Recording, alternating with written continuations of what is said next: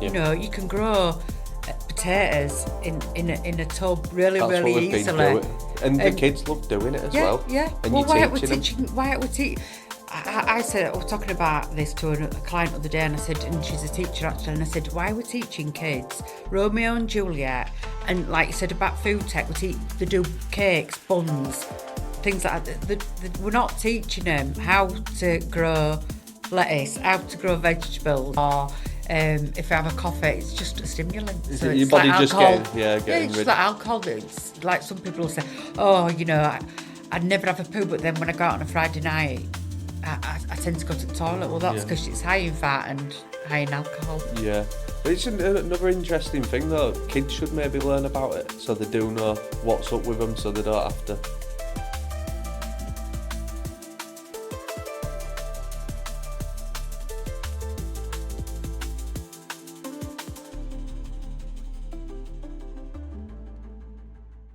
So on this week's Disciples of Truth, we have Kirsty McEnroe.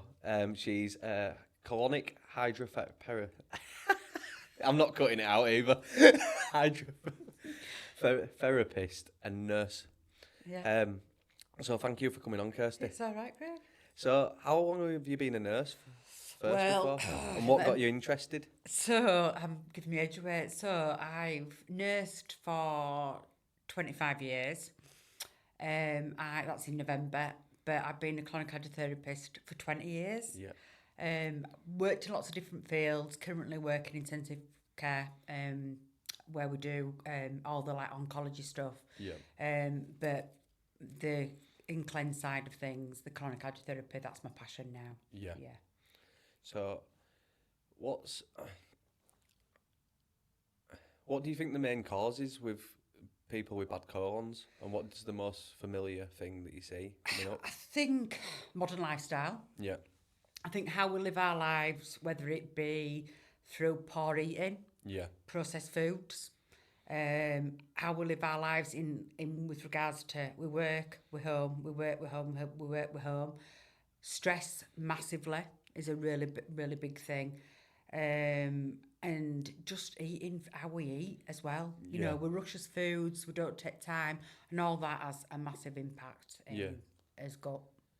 I know that from experience, and you asked me, didn't you, why I sort of got into colonic hydrotherapy, and that was because I suffer with IBS. Yeah. And that was because I just want eating the right foods, I want looking after my gut, and I was just talking to a colleague who actually worked in ICU and also was a colonic hydrotherapist, and she went, oh, come and see me, come and have a colonic. And I was like, what's that? I don't know what that is. So I went, and I was really nervous, even though I knew her. And I went and had it done, and I was like, oh my God, this has changed everything.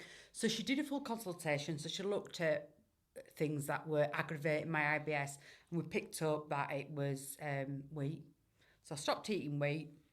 And then I was like, felt so much better and thought, I need to look into this because this is big.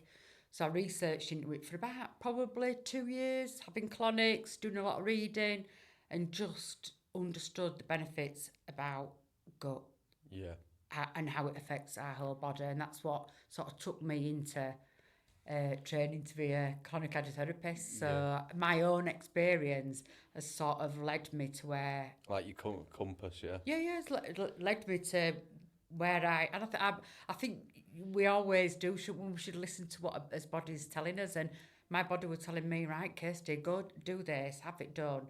And then researching into it made me think, oh yeah, this is the way healthcare is going, is looking after his gut, because it's looks after the rest of his body. Yeah, and it can be there. Is it your kidneys as well? Also, is it every 3 days they'll change the molecular structure as well, don't they? And it's just important. Just where does it give you a new lease of life as well? Like since you've got it under control, the IBS. A really big thing for me was, as a woman, we all don't like this little bit around us tummy, do it, as belly. And I just found that, like, when I'm going out for meals, or the big one was like, when you go to a wedding and you have soup and a roll, don't you? And I'd be saying to my friends, oh, I can't have the bread. oh, why can't you have the bread? Oh, because it makes me bloat. And then if I've got a nice little tight dress on and I'm eating bread and then I look bloated, and that would like, I know it seems really a small thing, but for me at that time it was quite a big thing. Yeah. So that sort of highlight to me was, well, that really bothered me. So when I stopped eating wheat, I didn't have that bloat. So I know where I needed to eliminate things out of my diet. And it would with my body telling me, Kirsty, you shouldn't be eating this sort of food. It's not good for you. But yeah, it was affecting me aesthetically because I didn't like that little bloat. Yeah. So not having the discomfort, not having the bloating.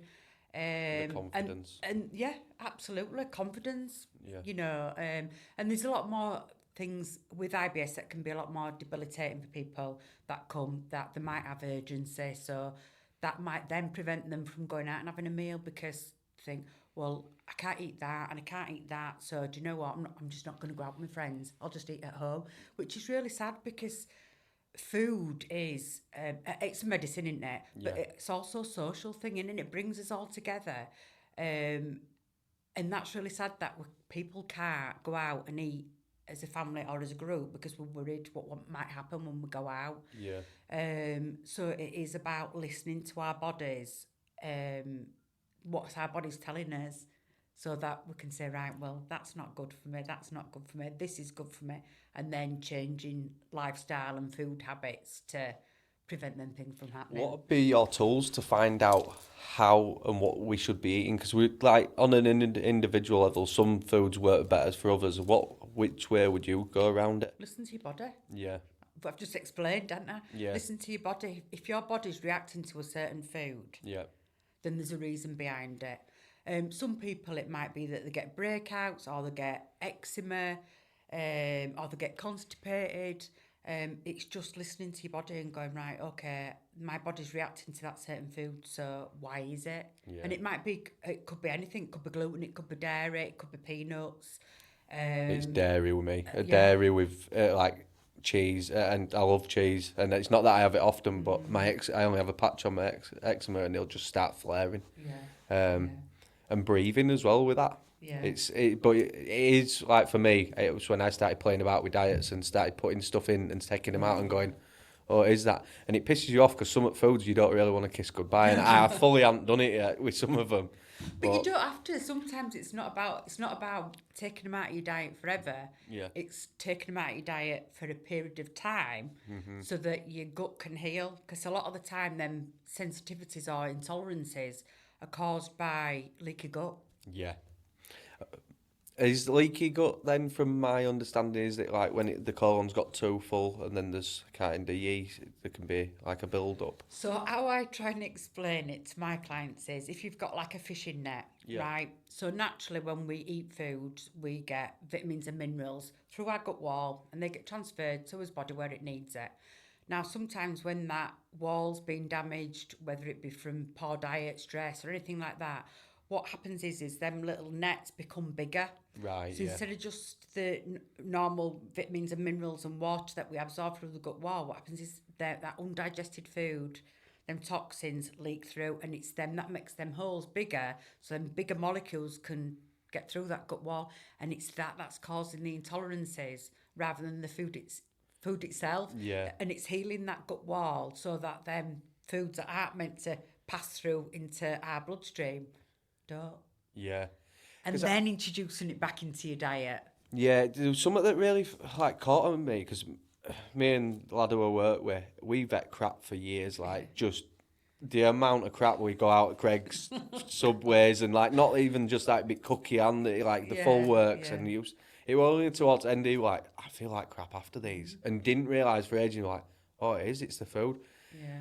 And then we switched back over, and I'm thinking, how did I manage to take all that? Do you think it is that your inner walls in your colon get so like full that it doesn't absorbing? It can allow you to eat all them toxins. Yeah. I think that's what I had in my, like you're trying to picture it out. Plus, we've just talked about reading this book. What's it called? Yeah. Remind me. Rational fasting. Yeah, and that talks about all these mucus forming foods, don't it? Which are all them processed foods. Yeah. So what happens is not only are we eating all these processed foods, that mucus forming foods are then causing that, what I say, it's like glue that sticks to the wall of your gut. Yeah. So then it damages it. Yeah. Plus, we're not giving ourselves time, because we're constantly eating, aren't we? Breakfast snacks, lunch snacks, evening meal snacks, and we're not giving us colon time to rest. We call it rest and digest. Yeah. Because that's what caveman did. They rested and they digested, didn't they? Yeah, well, no one were eating first thing when they got up in middle of dark. No, They didn't have a fridge freezer. No. Or on a night, and you just like... I've been listening to Cherry Hogs, and he does dogs, obviously, but he's like, after 18 months, he went, you're killing... If you start feeding your dog more than twice a day, you're killing it. Yeah. He says, once a day. He says, some days they won't even eat in wild. He says, the molecular structure, all of them are healing. They're going through autophagy. It's like, needs to be done. And he says, we're the same. Why aren't you?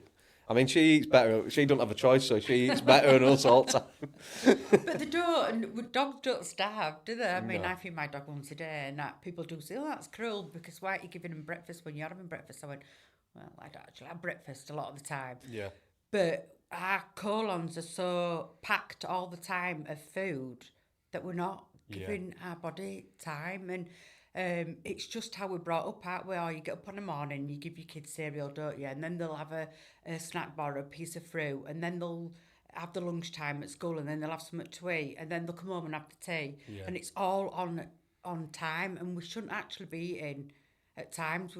We should be looking at a clock, because they want a clock in caveman time. No, it's like feeling to when you're... Just eat when you're hungry.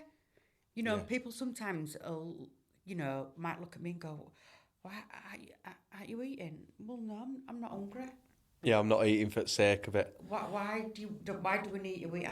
Not saying that I don't go out for meals and stuff like that, I do, but I listen to my body a lot more than I used to. Yeah. If I'm hungry, I'll eat. If I'm not, I don't eat. Yeah, see, mine's been... Zoe's picked up on that a bit. When she was putting a bit more weight on what I wore, but I said, I have an active job, and I went, what we're going to start doing? I says, I nearly got a slap for this. I says, plates. I says, I'm going to start plating you up a little bit less. And she's like, why? And I went, because I'm burning all mine off, and she started to watch it drop off her then. Yeah. And it's just understanding where you're at with stuff, isn't it? And we do overeat as a society, and I think that's just how... I know how I got brought up as a kid. We're like, eat your food. Kids are starving in Africa. Well, they're still starving in Africa. So me not, eating that plate full of food isn't going to have any impact on them. It's like a guilt trip, yeah. Or if you don't eat that, you're not having a pudding. Well, that's blackmail then, isn't it? So we're blackmailing as kids to eat foods.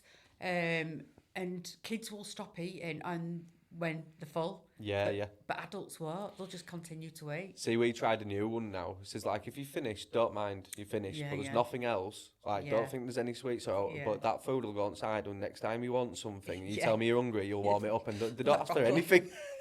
I don't like warmed up broccoli. No. Thanks. And it stinks from it as well. So.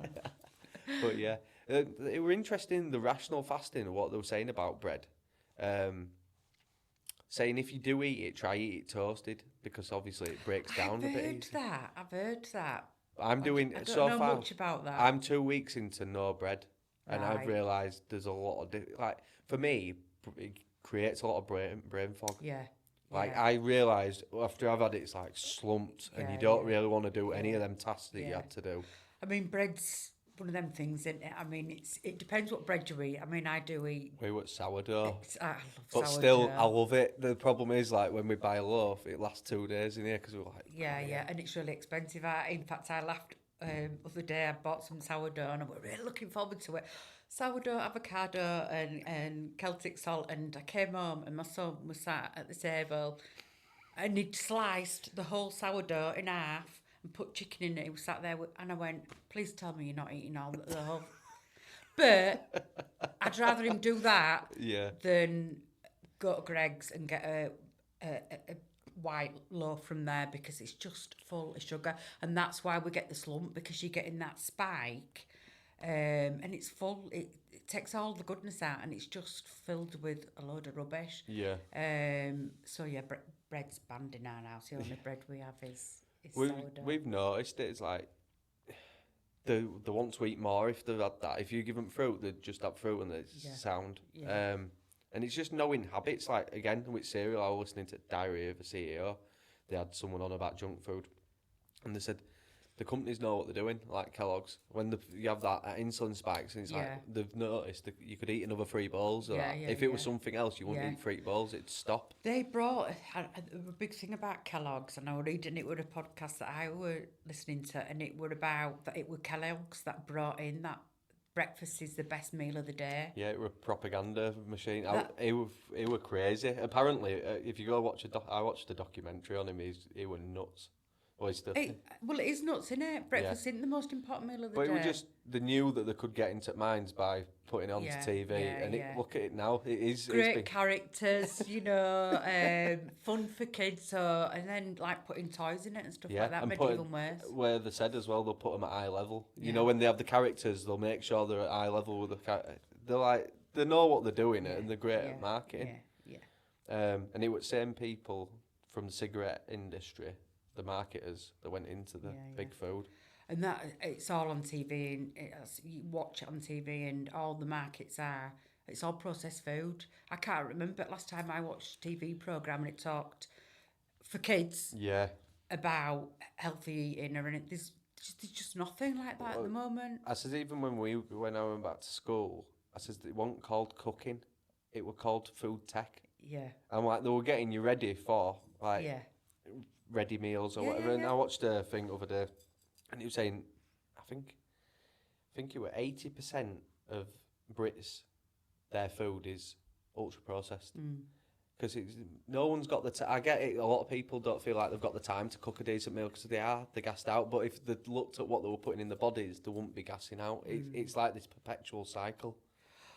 Yeah, I mean, I have some fun sometimes going into supermarkets and watching what people are putting in the trolleys, and it's all in a packet or in a box or wrapped up. There's no fresh food anymore, and I get it. Oh, well, we don't have time. Well, just work one day less and have less money because you're just going to spend it on materialistic stuff. And have some tubs in your garden. You can grow potatoes in a tub really easily. And the kids love doing it as well. Yeah. And well, why aren't we teaching? I said, I was talking about this to a client the other day, and I said, and she's a teacher actually, and I said, why are we teaching kids Romeo and Juliet, and like you said about food tech, they do cakes, buns, things like that. We're not teaching them how to grow lettuce, how to grow vegetables. We're teaching them how to give them, like you said, processed foods. The sad thing is that when they asked him to take some stuff in the other week to cook some, they asked him to take all packet stuff. And I'm like, so they're teaching them the easy way out? No. And I always say, like, it's the love that you put into it when you're cooking it, and it's took some time to do it. It tastes better. Yeah, absolutely. And I think if kids can see things growing as well, they're more likely to eat it, and they make it fun, don't they? Yeah. Like I've just given you some kefir, haven't you? Now I look forward to hearing how your kids will enjoy, growing that and multiplying it and knowing that it's good for them. Rather than going to school and baking buns that aren't going to be great for us because they're full of sugar. Yeah. Well, this is the other thing is everything's free. When they say money don't grow on trees, well, your biggest layout now is probably food, and it grows on trees. It does. It grows in woods. Last week I was in some woods in York foraging mushrooms. Oh, well, yeah. Yeah. I've been wanting to take Archie on that. See, this is the kind of thing that I think is coming back because people are still finding the way of how they're doing it. Like, if you take them out on Saturdays and you get a little foraging basket and someone shows you what you can go around and do, and then it keeps them more aware. Next time they go out in the woods, they'll go and they'll share it with their friend. Oh, did you know you can... There's so much abundance of free food out there that it's ridiculous why we're not doing it. Like people are willing to spend £2 or £3 in Sainsbury's with a punnet of blackberries when they know if they just walk down end of road, there's loads and loads of trees that they can just pick it from, and it's free, and you're getting them outdoors into nature doing it as well.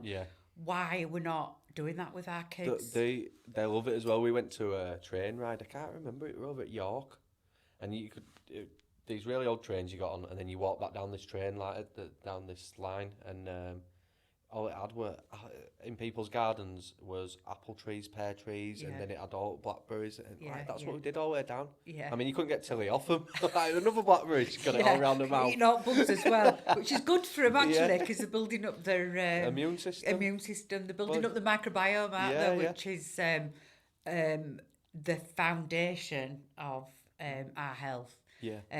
You know, it's like a bit of a rainforest, and we need to build that up, and we're so... There's a lot of people that are keeping the kids indoors or don't want them to get dirty, or the alcohol gel and everything, and I think COVID were a big thing for that.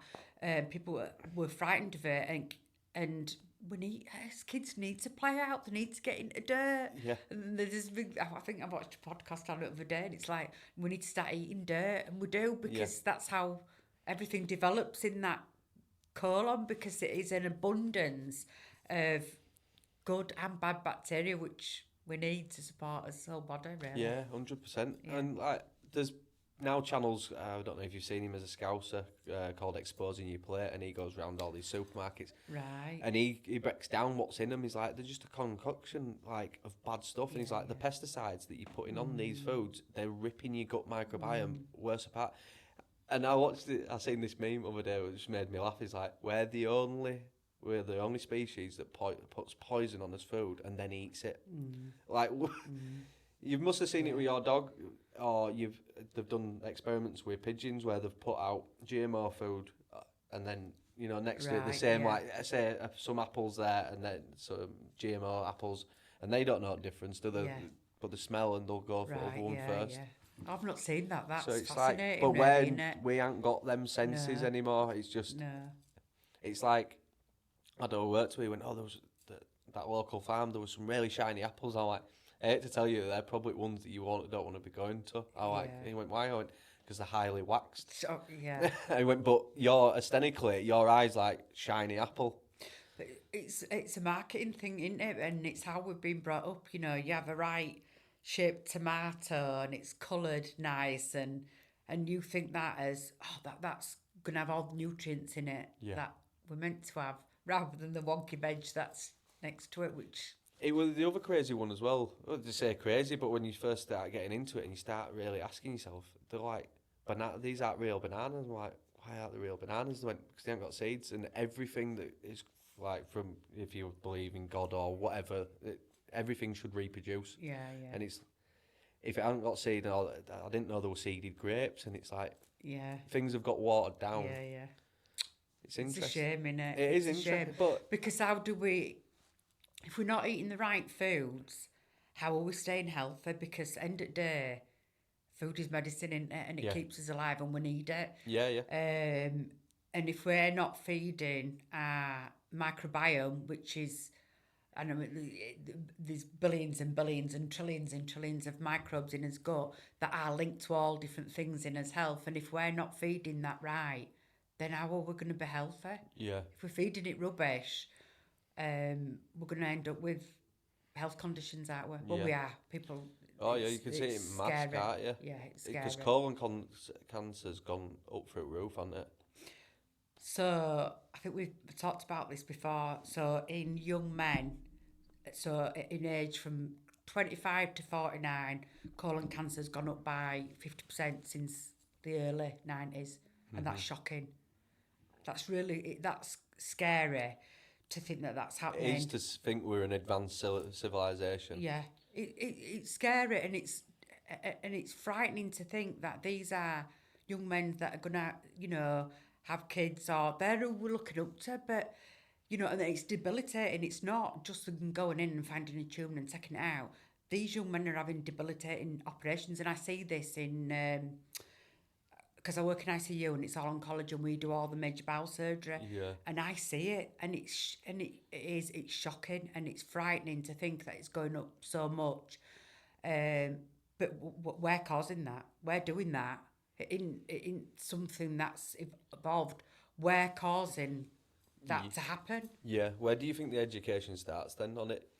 I think we've got to educate ourselves, you Yeah. know, end of the day, we're human beings, we can't be ignorant, we've Yeah. got to look at what it is we're eating, what is it we're doing, are we sitting on his backside all day, Yeah.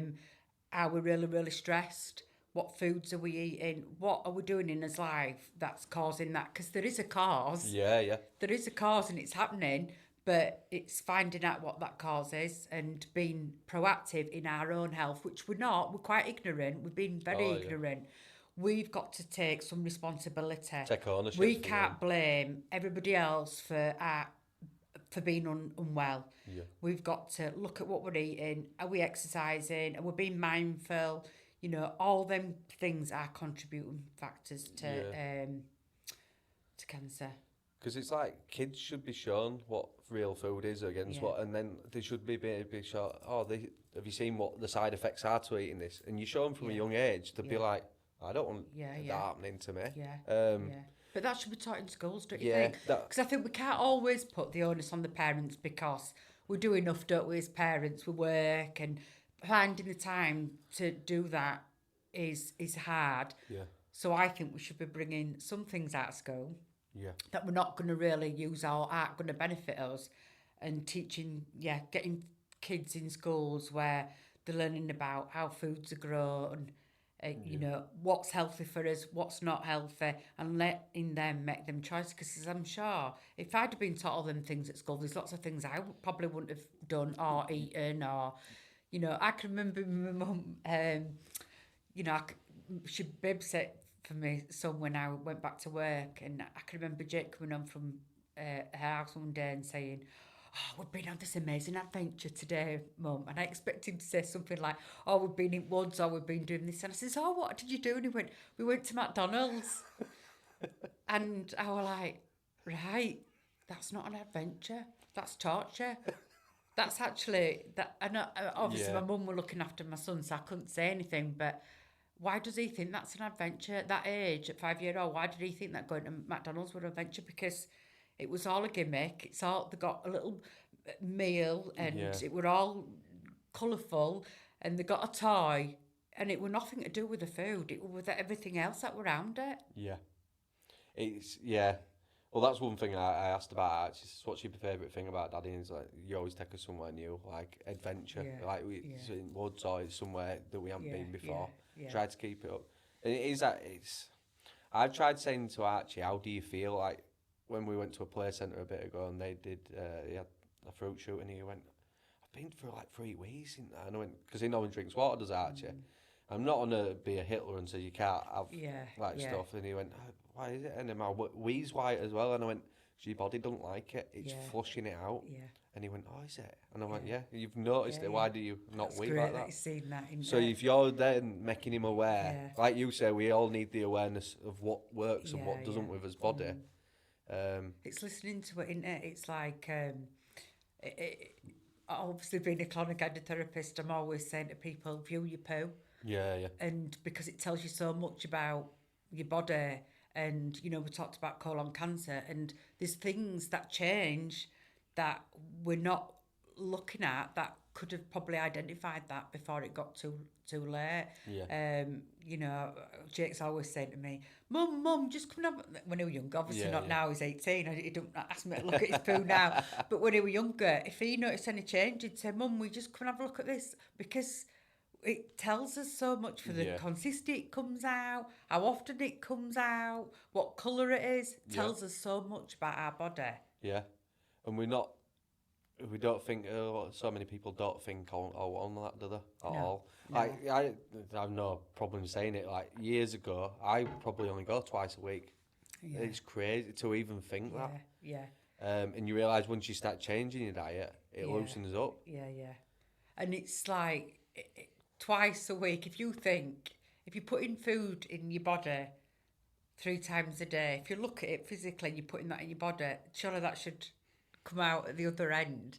And people do think that's normal. Like, I have clients coming up to them and I'll go, "Are you constipated?" And they'll go, "No." "How often do you go?" Well, I go once a day.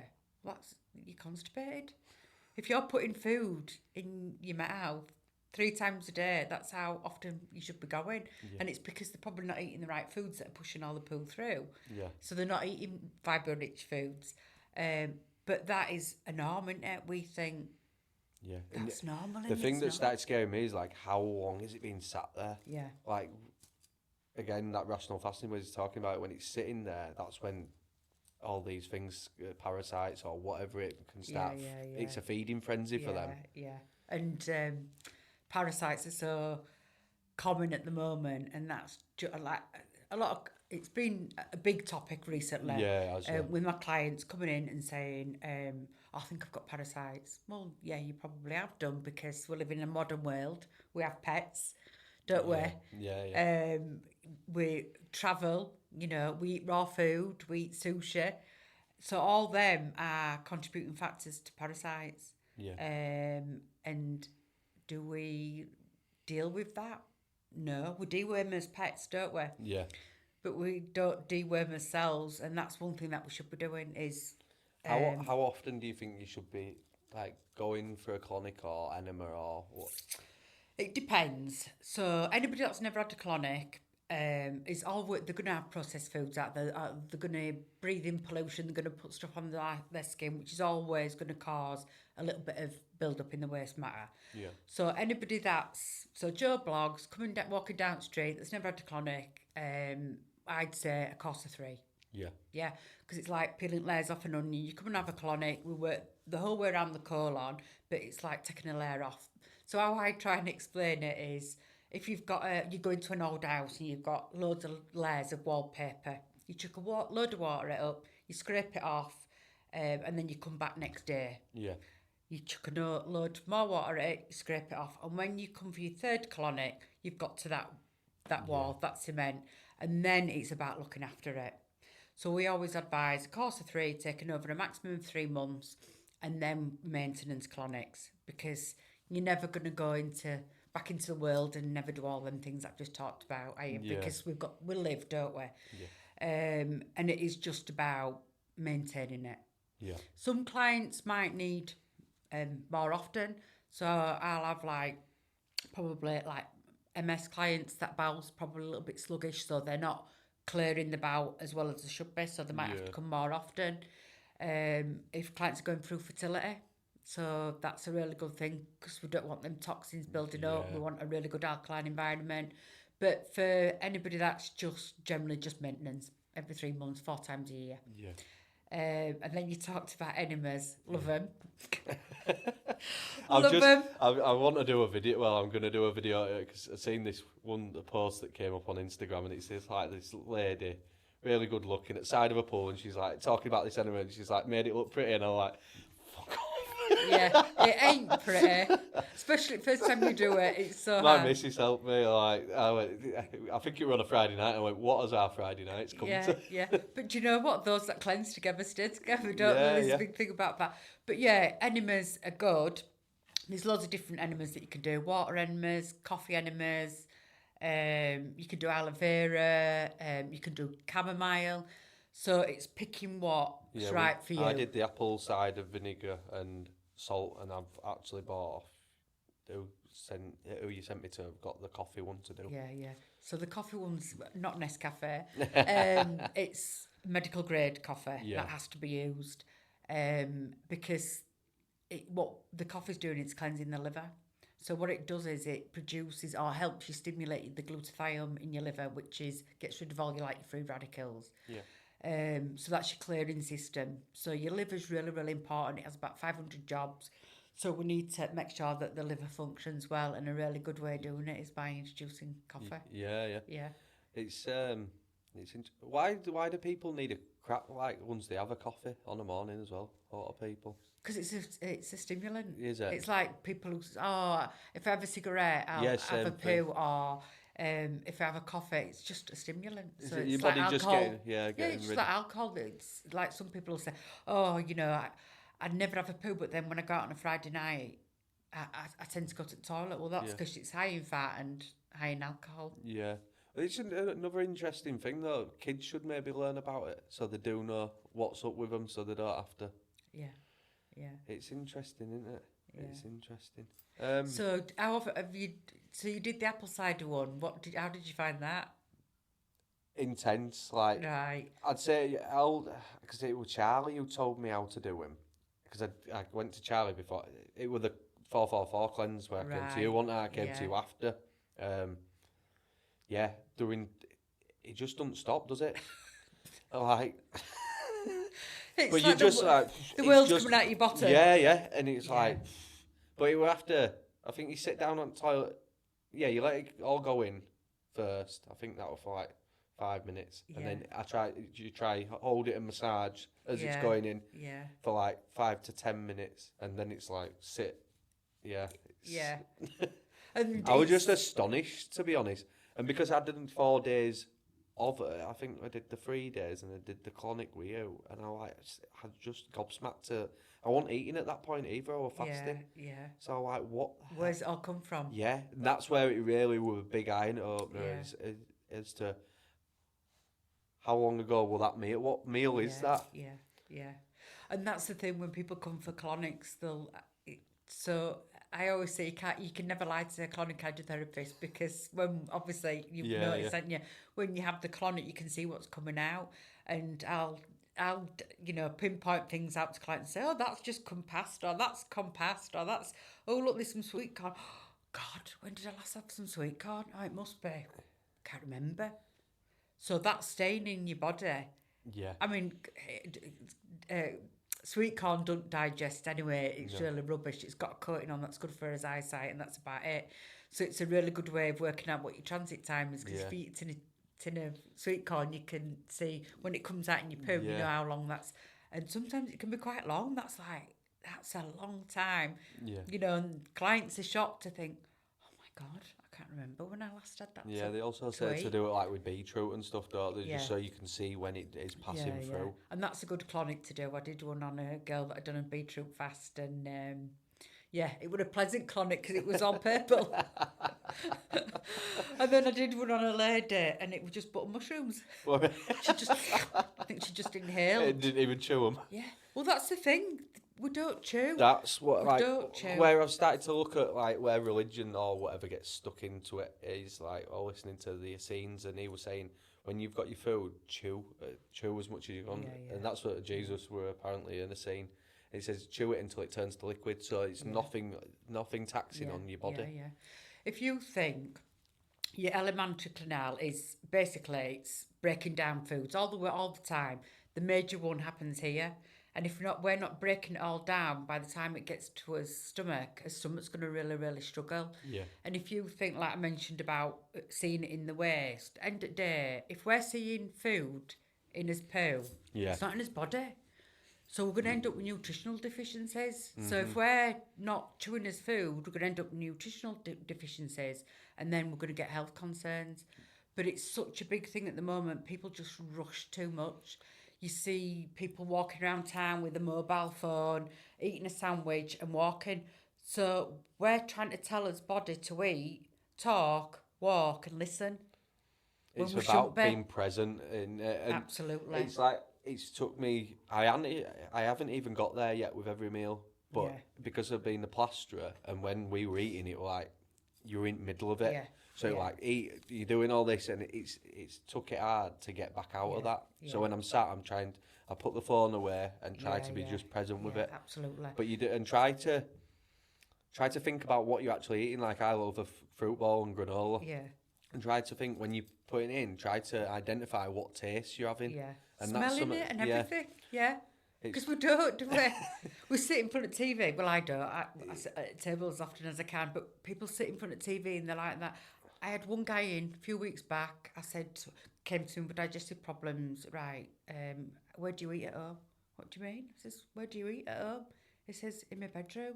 I said, have you got a table in your bedroom? He went, no. I went, well, where do you eat? He went, laid on my bed. So he's laid on his bed, watching TV, and then wonders why he's come to me with gut issues. It's crazy. Yeah, I mean, what's your take on that with Japanese and stuff like India? It's a lot of Asian cultures, isn't it, of squatting while eating? Because I said it's great for you as well. It's upping up your digestion, isn't it? Yeah, there's a guy who I followed. He's English, but he were down south, and his missus came home and he'd cut legs off everything. Oh, So he's all like sitting on the floor.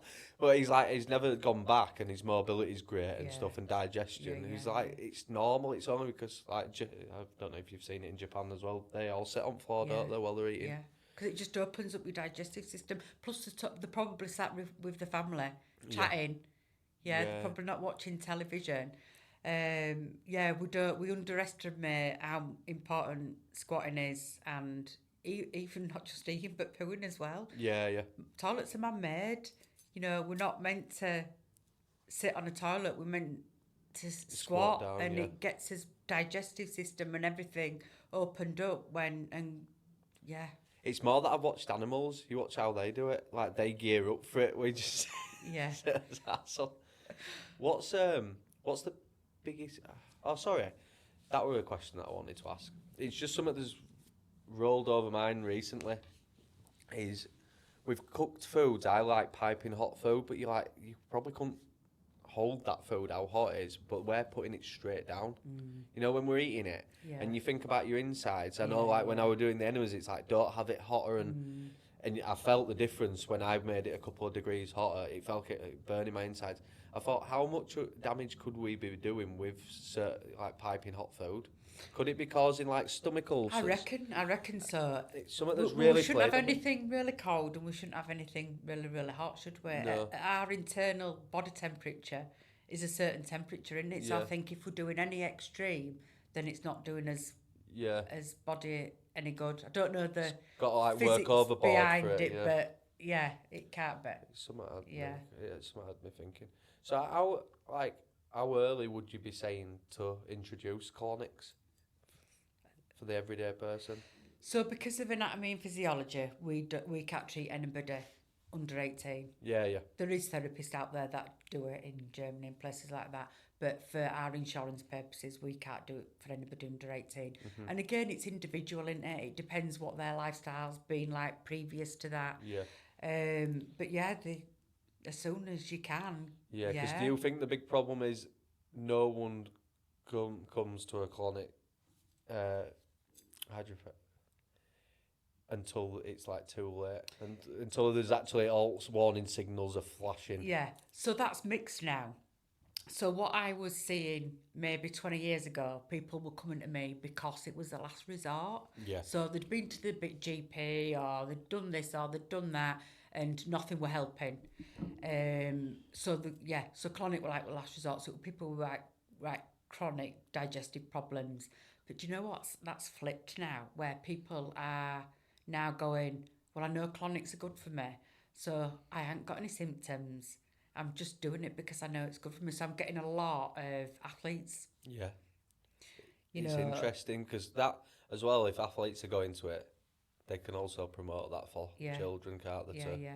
And even athletes that probably lived quite a healthy lifestyle. I had a lad in a few weeks back actually came with his wife. They both came down to the colonic and they watched each other while they both had it done, which were interesting.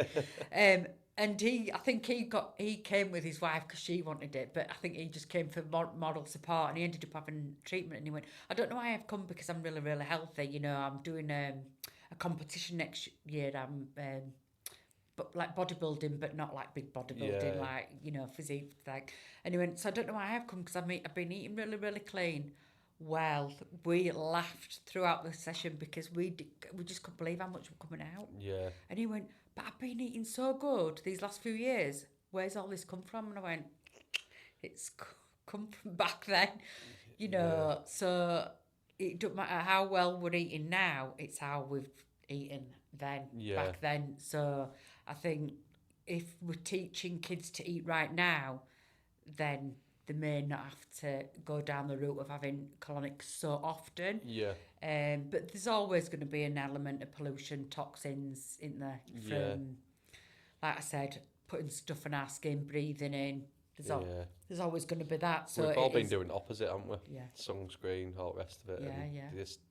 And I've started to watch animals and just like, they bask out in sun. That's where they get energy from. And I'm like, where does it? I asked my son, I'm like, how does that tree grow? It's like, through water and what? Sun? I'm like, and we're told not to. We're told not to go in the sun. We're told to wear sunglasses, Which shuts it off. which shuts it off. I don't wear them. I used to be a keen Yeah, yeah. shades wearer. I Yeah. tried to look for a word then. But we don't. I mean, sun's so good for us. In fact, I was watching this guy the other week, and he was leading sun with his bum in hair. Yeah, Have you seen that? Certified health nut goes on about it all the time. Yeah. Yeah, he's hilarious. His anus was out in the sun. There's loads of them doing it. I can't say I've done it yet, but they said because it's the membrane on the anus is so thin and it absorbs it more. Yeah. I don't know if his ancestors were doing that, but yeah, I'm not here to judge either. They did funny things. Our ancestors were doing colonics. I mean, it's back in ancient times. Egyptians were doing colonics. This isn't a new thing. This has been around since 1500 BC. You know, they were doing it then. I think they called their... They watched the bird. In that book, I think they called them the anus shepherds. Yeah. Something seemed like that. Come on, anuses, come on. Well, they were watching the birds down on the Nile, weren't they? Like, fourth Trismegistus is, you know, the god.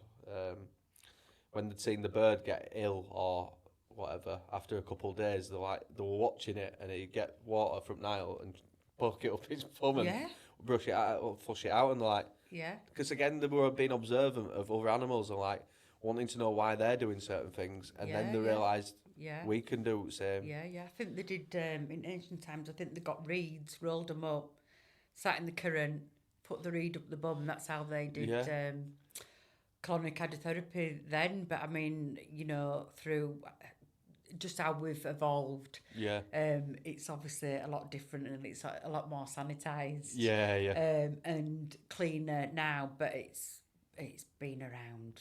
I mean, I've been doing it 20 years, and I can remember when I did my training, our lecturer, she'd been doing it 25 years, and she said that she trained from somebody who'd been doing it 30 years. Crazy, so it's been around a long time, and I think it's only more popular now because it's social media.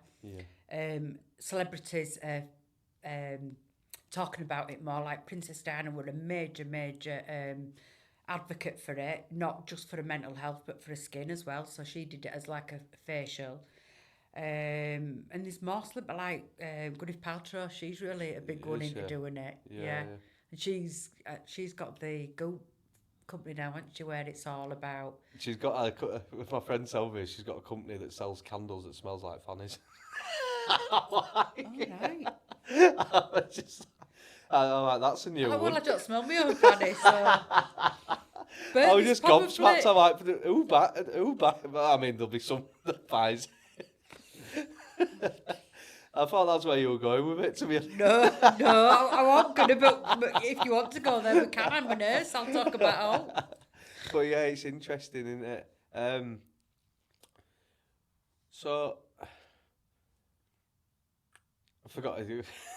You're just thinking about smelling fannies now, aren't you? Candles. Oh, God. What else were there? So, like, with the parasite cleanses as well being quite... I'd say they're in media's eye a lot with stuff now. Where would you be, like, how would you find out that you've got parasites? So we've all got them. Yeah. Like I said, you know, even just like foreign travel, swimming, gardening, stroking our pets, we've all probably got We've all got parasites. We've got them in his nails everywhere. And some of them can be microscopic and they won't do us any harm. But there will be some that will. So it's like them tapeworms where you see them. Yeah. I'll tell you a story about a client when we've talked about this. It's really interesting. But we've got to be really careful on how we treat them. So there's lots of questions that I'll generally ask clients during the consultation, which if they've travelled, do they sushi, do they do this, do they do that? That might highlight to me that they potentially might have a parasite. We can do testing. We can test for parasites, and we can treat them as well. And you can do parasite cleanses. Yeah. So I'll do, if I think somebody's got a parasite, then I might treat them with herbs. You can eat pumpkin seeds, loads of different herbs you can introduce to help with the cleansing of the parasites. Cloves and stuff in that. Yeah, but you've got to be really careful because you could get what they call die-off. Yeah, I've heard you got to take like diet. Well, when I did it with binders, Yeah. like Psyllium husk and psyllium charcoal. husk. So there's loads of things that you need to help, because if you're getting rid of the parasite or you're killing it, you need to get rid of the eggs as well. Yeah. So you don't want to kill the parasite and then be sat with a load of eggs in your body. So die-off's quite common. So it's doing it really gently. And at the end of the day, we've got to go to work, haven't we? So there is some really good parasite cleanses out there that you can do, that where it's gentle and it's over a period of time. Yeah. But you know, you look at other international countries, and they do it. It's just given, isn't it? It's, you know, I'll have African ladies and they'll go, oh, yeah, we used to do cleanses all the time when we were back home. I've seen it, yeah, in like Eastern traditions. They said that the kids will do 2 a year, and the adults will do 4 to 6. Yeah. And it was just common practice. Yeah, yeah. But it's fascinating that this has only just come about through social media. I wouldn't have known anything about it. No. I'd seen someone do, I think, it was like celebrities years ago with a colonic, and I must have been about 15 when I remembered, like, what the hell's that? Yeah, Warm water. Yeah. They've seen these things go past. Yeah. I mean, some of them you've got to be, you know, like there is some colonic hydrotherapists out there that'll say, oh, look at this big tapeworm coming out. And a lot of the time it's not a worm, it's mucus. Yeah. So it's just being sensible about whether you think you've got a parasite or not. Yeah. But yeah, I mean, a lot of it is through foreign travel. In fact, I'll tell you that story now. So I had a client come to me who had a really big abdomen, and she'd gone to a GP who'd treated her with angina because she was waking up in the middle of the night, 3 o'clock in the morning, with like this indigestion type pain. And she came to me and she had like literally a GTN spray like this outside while she was having a colonic. And I was like, oh my God. So when I did the consultation, I was like, she's got a parasite. She was like, no, I ain't. It's, you know, angina. And in fact, she'd even been to A&E a couple of times, and they'd dismissed it and said, oh, it's just your angina playing up. So I treated her for a parasite. So I put herbs in to help get rid of the parasite. And then one day she rung me up. She said, you'll never guess what's happened today. I went, what? She went, it's come out of my mouth. And I said, what do you mean? So what had happened was she felt something in her mouth. She thought it was like a piece of chicken or something like that. So she pulled and pulled and pulled, and it came out like a worm. She ran over to a sink, and I, at this point, going, did you get a picture? Did you get a picture? She went, I didn't. I was chopping it up. I was trying to chop it up, but she'd turn the tap on. This is where it gets scary. She'd turn the tap on, and it opened up like a fish. It opened up like a fish. And when we'd looked back, after I'd met her, after all this had happened, we traced it back, and it was a parasite from pork. So all her symptoms went back, and she'd gone to Cuba, and she said, I'd had some pork, and I immediately felt unwell. And ever since then, I've had this problem. It's crazy. And it were linked to the parasite from pork.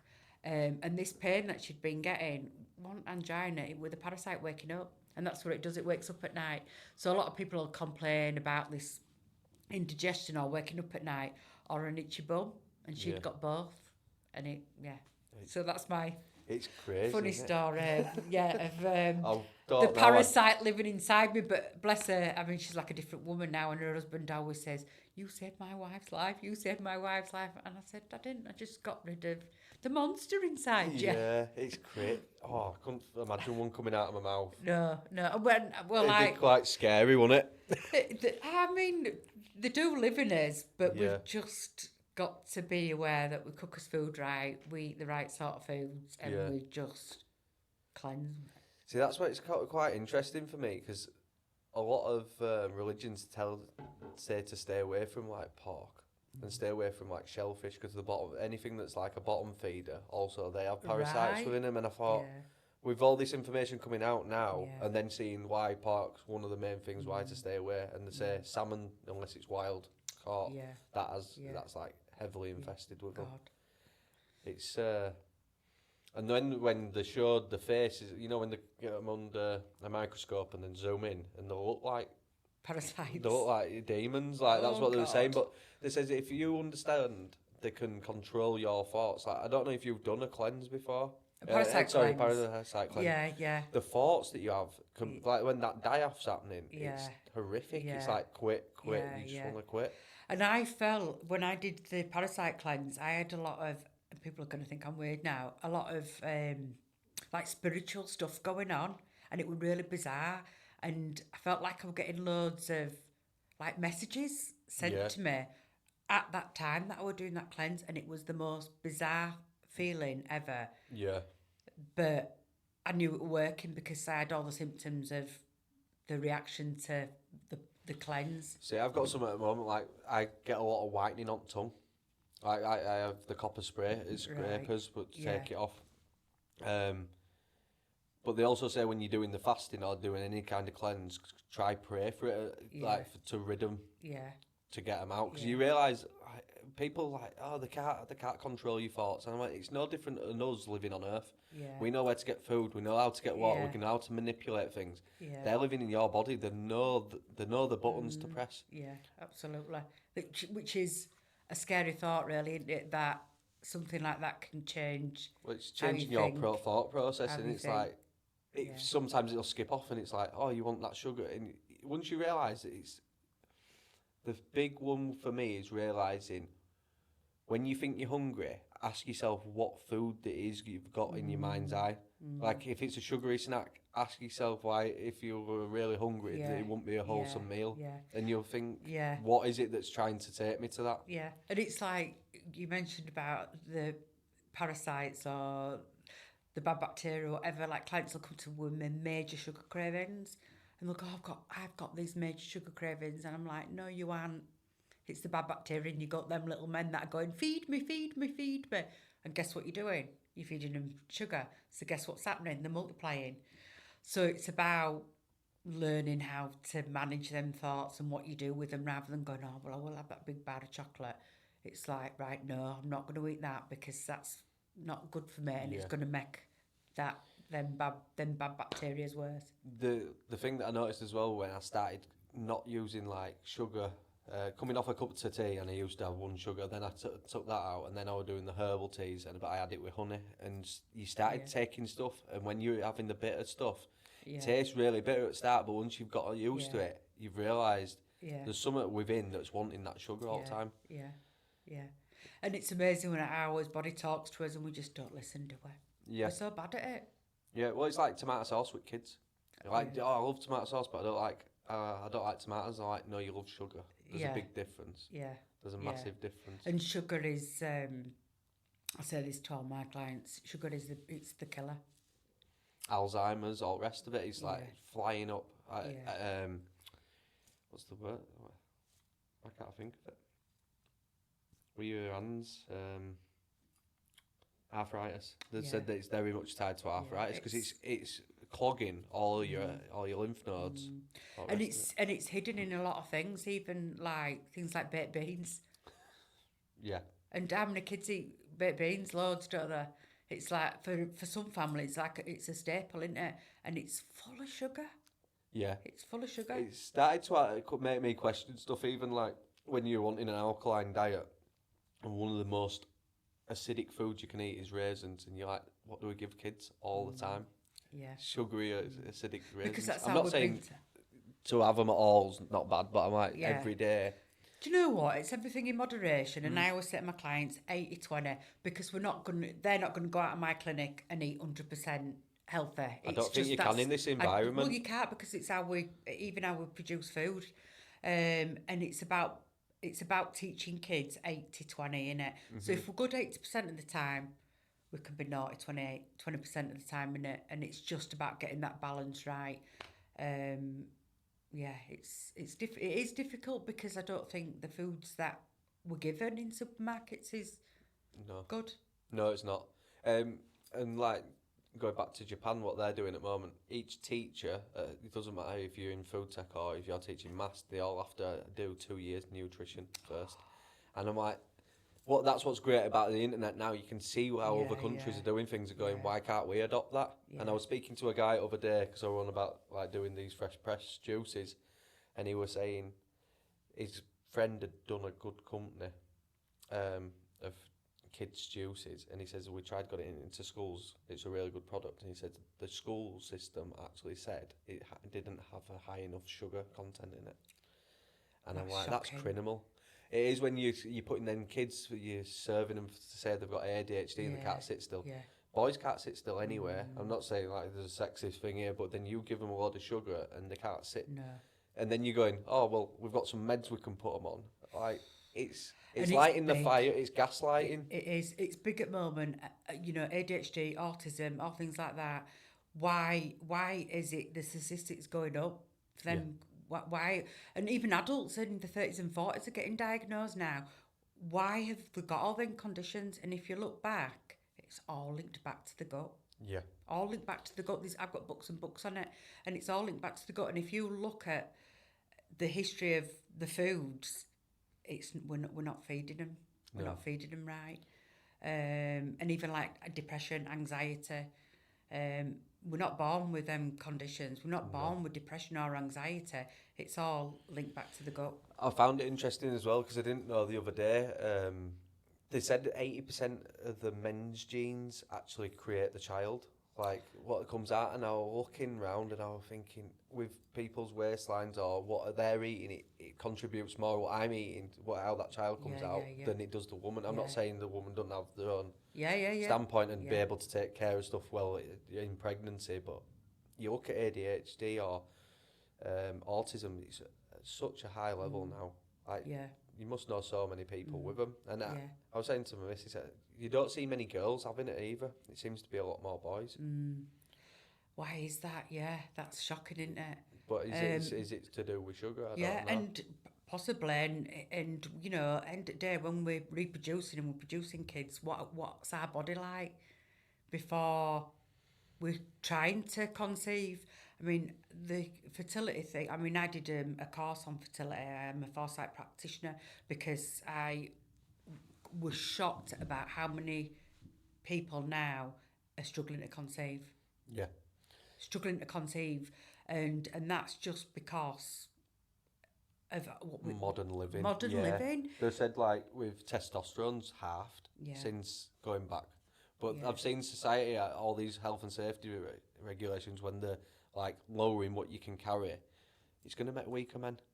And it's by design, Like the plaster bags used to be 50 kg. They've been 25 since I have, but now it's like even plasterboards. They're 25 kg. Right. They tell you that 2 people's got to lift that. So you've got a man that can only lift 12. But you keep on doing that over time, progressively over time. You haven't got anyone. That's shocking, isn't it? It's crazy. But get fasting because that increases your testosterone. Yeah, it does. Yeah. Well, this is where I think it is. We've all got a remote for our bodies, but we've got to press the right buttons and we've got to know it's like, and the body does like stress, like whether it's cold water therapy, it's going for sprints because you think your DNA doesn't know any different than think you're running from prey, so it switches all its DNA on, and it's same with fasting. It's like you're stressing it and you're giving it time to look within and start clearing all crap out. I mean, there were, I don't know, I can't remember what it was I watched, and it was talking about the caveman, and, you know, the caveman was put in a stressful situation because they were arguing, well, you can't deal with stress if you're hungry. Well, actually, there's proof that you can actually deal better with stress when you are hungry and you've got better mental clarity because you're not bombarded with all that food. You actually... opens the senses opens up the senses, and you can actually hunt that tiger or whatever you're going to kill because you aren't clouded by rubbish food and you aren't trying to digest food. And then if you back engineer that, we're in a society that doesn't have them senses and we're wondering why we're making bad choices one after the other. And it started with that. I work at customers' housing and I don't try to judge it. It's just being aware. Like when I say like when they're eating at 7 o'clock and then they're sat in front of TV all day, and I'm like, where does it all go? I like the things that no mobility or And you can see most of society when they're walking down the road, you can tell when someone's walking with ease or they're walking in discomfort. And you're like, you can you have the remote to change all that round. But it's people having that knowledge in it and saying, right, rather than waiting until something happens, I'm going to prevent that from happening. And this is where science is going now. I did a test a couple of weeks ago, and it was talking about your microbiome. Have you heard this, where it's all linked to your microbiome now? So this is where science is going. Oh, it'll be exciting to go testing DNA and your microbiome, because all the microbiome species in your gut are linked to different parts of your body, whether it be your eyesight, your lungs, your skin, your brain, whatever. So now what they're doing is they're testing your stool. And it's testing all the trillions of bacteria in your stool to see where there's deficiencies. Yeah. So what we can then do is go, right, well, you're deficient in this bacteria, which is linked to your skin. So you're going to end, if you don't deal with that, you're going to end up with eczema or psoriasis. There's this that's linked to Alzheimer's. So if you don't deal with this microbiome, you're going to end up with Alzheimer's or dementia. And it's really interesting. So I did one a couple of weeks ago, and I thought, I don't know what mine's going to come back. So I'm 52, going through menopause, and I don't want to go on HRT. Don't want to be taking anything like that. HRT? So it's like hormone replacement therapy. Because we've got a family history of breast cancer. Mm-hmm. So there's studies that say that you shouldn't take hormone replacement therapy if you've got that history. So I did this test going through the menopause and thought, oh, what's out? Anyway, one of the microbes, the only thing that I was deficient in was linked to my hormones. So I've had all these hormone symptoms of menopause, and it's sleep, cloudy brain, so a little bit like a brain fog, which is hilarious. Sometimes my son thinks it's funny. And a little bit of anxiety at times. Yeah. And this test that I did highlighted that a certain microbe in my gut was deficient, and that was linked to my hormones. So if I then just feed that microbiome with all the food that it needs, then my menopausal symptoms will be less. How fascinating is that? That's quality. And that's how it's going now. Yeah. So you could do it. Yeah. And it might be something else that it'll highlight. It might highlight that you're deficient here, and it's going to affect this. So that's where science is going now. Yeah. Here at Disciples of Truth, we're proud to partner up with Charlie's Apothecary. Charlie's got some cracking products. I mean, cracking. And to start off with, it'd be Cordyceps, and it's the first product I actually tried at Charlie's. And it's a dual extraction, and Cordyceps is renowned for natural energy booster, helps fight diseases, and it's great for sex drive for those that care to wish, and and you can wish. But no, on a serious note, I don't like, if you're going to the gym, if you've got low energy, I don't like the pre-workouts. This is great with a few drops of water. Swig it down, swirl it around your mouth, and off you go. And it can be aided throughout the day. And then the next product we've got is my personal favourite, is the 4 blended salts. Salts gets a really bad rap through propaganda and doctors saying that we overuse it, when it's not true at all. To get the best salts in is one of the most natural ways of getting all the essential minerals into your body flow. So I'd give it a go. And it has Salinas del Carmen salt that originates from the Canary Islands, Fuerteventura, if you really want to know. It's one of the highest grades that you can have. And then it's got another three blends to go with. And the next product we've got, it really doesn't need an introduction. It's Shilajit. You must see it everywhere. It's got 85 trace minerals. And it's good for energy, mental health, and clarity. And this is sourced from the Himalayan mountains. And I've tried many different brands of Shilajit, and I'd put this at the top of the ladder. And it's really nice packaging as well. And then last but not least is the oregano. It's the triple extraction. This is good for boost immunity, gut health, lowers cholesterol, fights inflammation, it aids weight loss, and I've just personally used this. The house got some of his family members got sick, and it kept it off, and I haven't managed to get sick through it. Same again, putting water, swirl around the mouth. Brilliant products. What you also get from these products is it's handcrafted. He puts a lot of time and effort, him and his team. It's UK only at the moment until it expands more. So it's only UK only, postage and packaging. What Charlie also does is he grows his own mushrooms. So we know that they're tried, tested, and they're also for freshness. So hit the link in the bio and go check out Charlie's new website. So all his range of products is on there, and there's something for everyone. So yeah, go check it out, guys. That's also what I was going to ask is, what would you think's a more favoured diet for your colon? Like, would you believe that it'd be more vegetarian or fruit, or do you think meat should have a place in the human body? I think, again, it's everything in moderation. Yeah. I don't think we should be eating a lot of red meat, but it's where we're getting it from, Yeah. where we're sourcing it from. Is it organic? Mm-hmm. But I think for your colon, it definitely needs to be high in fibre. Yeah. And an abundance of fibre, because that's how we push things through the colon. Yeah.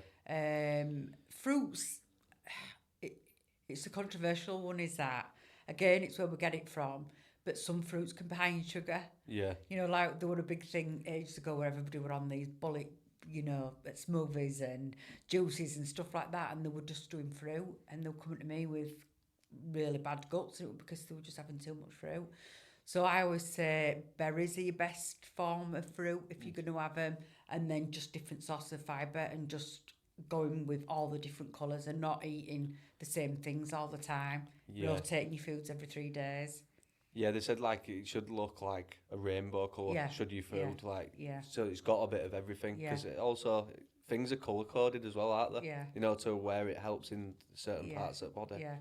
Like a lot of clients will come and go, I have chicken and rice and broccoli every day. And I'm like, well, that's not doing you any good, because you're not getting all them macronutrients from loads of different foods. Are you just eating 3 foods? And that's not good for Mike us. Tyson was saying, he went, I can't even look at chicken anymore. He says, I look at one. He says, I'm constipated for 4 days. It's like, I guess it's what I started doing when I was playing about with my diet. I was asking Alexa, I says, how long does it take to digest? Like, before a workout, I'm like, mango, it's like, 6 hours, date, a couple hours. And it's like, fastest one's watermelon, I think it's 20 minutes. And then I was asking, like, with pizza, and it was like 2.5 days. Yeah. 2.5 days. I'm like, to even digest. Yeah. Well, you've just sort of hit the nail on the head. What I'm going to talk about is it's how we consume foods as well. Yeah. If you look at a plate, people will see, they'll have a bit of chicken, they'll have a bit of potato, and then they'll have a bit of broccoli. When actually we shouldn't be doing that, because the meat's going to take longer to digest, so we should be eating that first, then the potatoes, then the broccoli. In fact, I've talked about this about a client, was it yesterday or the day before? And she was talking about her kids, and we were talking about having things. She went, and then I'll let them have a pudding after, and they'll have a piece of fruit. And I went, well, don't let them have a piece of fruit after the meal, because they're going to digest that really, really quickly, and then all it's going to do is sit on top of the meal, and it's going to ferment, and that's not good for us. So it's about how we eat as well, and the length that times it takes to digest, because... Yeah, so you can, Alexa, how long does it take me to digest broccoli? And that's a really good thing you're doing, because you then you're knowing what your body's doing when you're eating. Yeah. It's like, I'm quite interested in all these different ways of going around it. It's like mono meals as well, when people are like, just eat the one thing. Like, if you're eating watermelon, just eat the watermelon. Yeah. It's like, because it will digest. And you're thinking, when you're out in wild, did you go around and make this buffet? No, it's like, you wouldn't have had the chance of doing it. Right. You probably just went and ate an animal, or then you went and had some berries, or you had some grasses, or it's modern eating, isn't it, what we're doing? Yeah, it's insane. It's insane. But the thing is, it's abundant, isn't it, in supermarkets? Yeah. You know, we don't even eat seasonally now. No, that's my one that I want to go back to. I mean, after that exposing your plate, it's easy to start listing all the organic farms that you can go to. So even the farm stops that we go to now, they're not organic. No. It's still their stock, what they're pulling in from other places. Yeah. And I think that's what you're going to see, a massive shift in society, is the people who are looking after themselves things are going to work out quite brilliantly, because that's what it's all about, isn't it? Yeah. Going out and, you know, we talked about foraging. That's the way forward, isn't it? Because that's what food are in abundance, and that's what we should be eating. Yeah. You know, so if there's mushrooms in October, go eat and eat mushrooms. Yeah. You know, if there's blackberries in autumn, eat blackberries in autumn, and that's how we should be eating now. Yeah, well, we had a relative a bit ago when we went on holiday, and she went, "Oh, mango here is well better than what we get back at home." And I sat and thought about it for a bit, and I'm like, yeah, because it was grown here. Like, anything that travels don't travel well. I mean, even I always remember people going on about Guinness. I know it's not fruit or all, but people like it travels shit. It just doesn't. But no, it does travel well. Well, it's like bananas, isn't it? Bananas, so like 3 weeks old before we get them. Something like I've heard that somewhere. Yeah, and apples, they're like 6 weeks. It's great. Well, you can have an apple in your bottom of your fridge for ages and it just don't go off. No. Well, I get them from my dad's allotment, so I'm quite lucky. But we should be providing more space, shouldn't we, for where people can grow food. What's your like standout no-nos in additives in food that really aren't good for microbiome? Because I've just going through mine now. You said apples. We were making apple crumble the other day, and we didn't have time to make the custard. And I've noticed what custard does to me. It's just terrible. The smells after it, and the mucus the next day. I notice it straight away. It's like it doesn't like it, and I think that's dextrose that's in that. Yeah, which is the sugar, isn't it? Yeah. It all boils down to sugar. Yeah. But I mean, you only need to look on back of packets these days and what have they got in them, and if you can't read them, then just chuck that packet away because it's not good for us. No.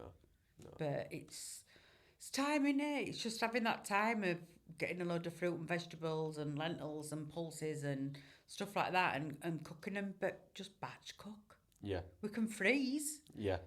We can freeze fruit and vegetables. My dad's got an abundance of blackberries because he's got an allotment and he just freezes them all. You know, we can freeze food. All the nutrients and everything are kept when we freeze food. So just batch cook and freeze it. Yeah. No, thank you. So, is there anything else that you'd like to leave to listeners? Look after your gut.